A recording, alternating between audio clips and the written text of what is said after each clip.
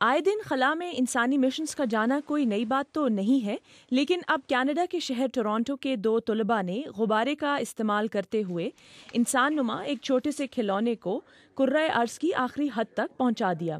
ان طلباء نے گتے کے ڈبے پر کیمرہ اور کینیڈا کا جھنڈا تھامے ایک چھوٹے کھلونے کو نصب کیا اور پھر اس ڈبے کو ایک بڑے غبارے کے ساتھ جوڑ کر ہوا میں چھوڑ دیا۔ اس غبارے نے فضا میں اندازاً 24 کلومیٹر تک سفر کیا اور اس کے بعد یہ غبارہ پھٹ گیا، لیکن چونکہ ان طلباء نے اس ڈبے پر ایک چھوٹا پیراشوٹ بھی نصب کر دیا تھا، اس لیے کیمرہ اور کھلونا دونوں حفاظت سے زمین پر اتر آئے۔